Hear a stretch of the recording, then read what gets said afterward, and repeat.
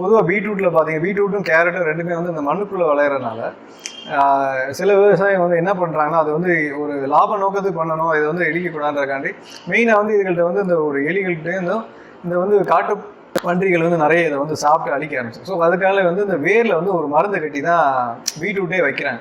So அதோடு சேர்ந்து தான் நம்ம வாங்குகிற பீட்ரூட்டோ கேரட்டோ எல்லாமே வருது. ஸோ அதனால வந்து நாங்கள் என்னென்னா ஃபஸ்ட்டு வந்து ஓகே டிசைட் பண்ணோம், இனிமேல் வந்து நம்ம வந்து இந்த மாதிரி ஃபஸ்ட்டு எங்களுக்கு தெரியல, நாங்கள் ஃபஸ்ட்டு ஆரம்பத்தில் வாங்கும்போது. அதுக்கப்புறம் வந்து நாங்கள் வந்து ஒன்லி ஆர்கானிக் முறையில் வளர்ந்த பீட்ரூட்டும் கேரட்டும் மட்டும்தான் நாங்கள் வாங்குவோம் அப்படின்னு சொல்லி டிசைட் பண்ணிட்டு எங்கள் பேக்கில் பார்த்தீங்கன்னா பின்னாடியே போட்டிருக்கோம் organically grown beetroot, organically grown கேரட்னு.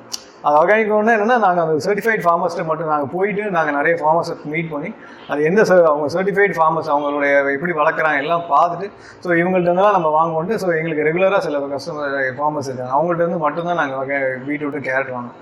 So அது அந்த மாதிரியில் நாங்கள் ப்ரிப்பேர் பண்ணுறதுனால எங்களுடைய ப்ராடக்டோடைய டேஸ்ட்டும் குவாலிட்டியும் ரொம்ப சுப்பீரியர்.